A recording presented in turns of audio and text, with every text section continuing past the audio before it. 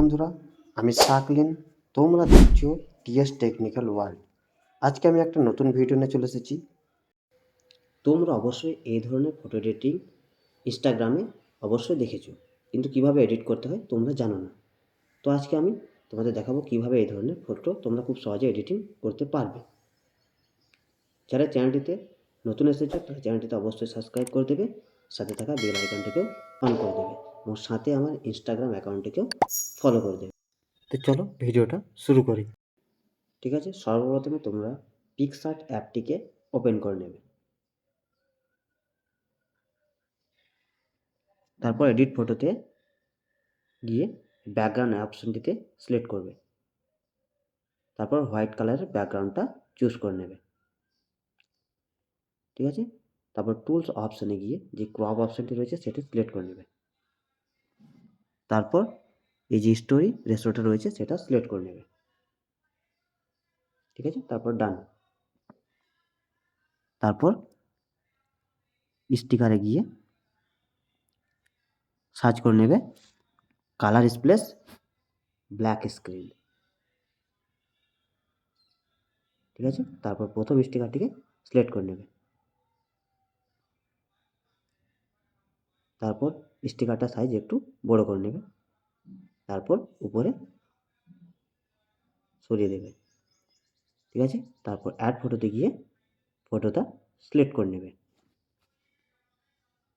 ঠিক আছে, তারপর এই যে ব্র্যান্ড অপশনটা রয়েছে সেটা সিলেক্ট করে নেবে এবং একেবারে শেষের দিকে যে এই লাইটেন অপশনটি রয়েছে সেটি সিলেক্ট করে নেবে।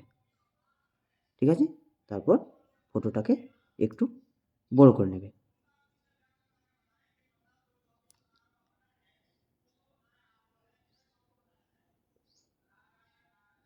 তারপর অ্যাড ফটোতে গিয়ে দ্বিতীয় ফটোটি সিলেক্ট করে নেবে। তারপর এই রিমুভ বিজি অপশনটিতে সিলেক্ট করে ব্যাকগ্রাউন্ডটাকে রিমুভ করে নেবে।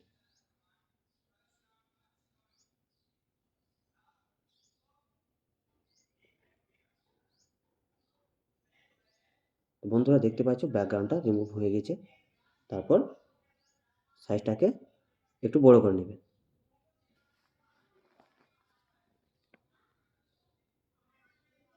তারপর অ্যাডজাস্ট করে দেবে। তারপর ডান। তারপর আবার স্টিকার অপশনটিতে সিলেক্ট করে সার্চ করে নেবে শ্যাডো। তারপর এই শ্যাডোটাকে সিলেক্ট করে নেবে। তারপর অ্যাডজাস্ট করে দেবে, একটু সাইজটা একটু বড় করে একেবারে নিচের দিকে নামিয়ে দেবে। তারপর ডান। তারপর আবার স্টিকার অপশনটিতে সিলেক্ট করবে। তারপর সার্চ করে নেবে হ্যাপি বার্থডে টেক্সট পিএনজি। ঠিক আছে, আমি এই পিএনজিটাকে সিলেক্ট করে নিলাম। ঠিক আছে, তারপর সাইজটা একটু বড় করে দেবো। তারপর সাইজটা একটু বড় করে দেবে। ঠিক আছে,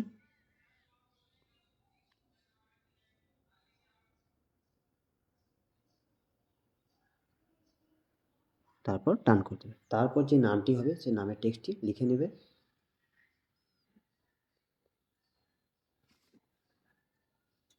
ঠিক আছে, তারপর ফ্রন্ট অপশনে গিয়ে আমি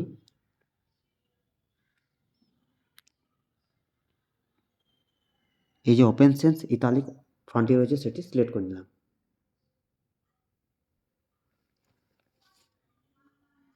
ঠিক আছে, তারপর সাইজটা একটু ছোট করে নিলাম।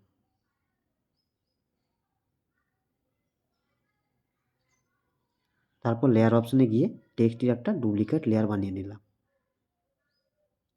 ঠিক আছে, তারপর ডুপ্লিকেট লেয়ারটির কালার রেড করে দিলাম। ঠিক আছে, তারপর অ্যাডজাস্ট করে নিলাম। ঠিক আছে, টেক্সটটি দেখে মনে হচ্ছে যেন 3D টেক্সট।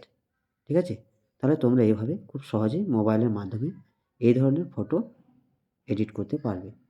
ঠিক আছে? তো চলো পরবর্তী ভিডিওতে দেখা হচ্ছে।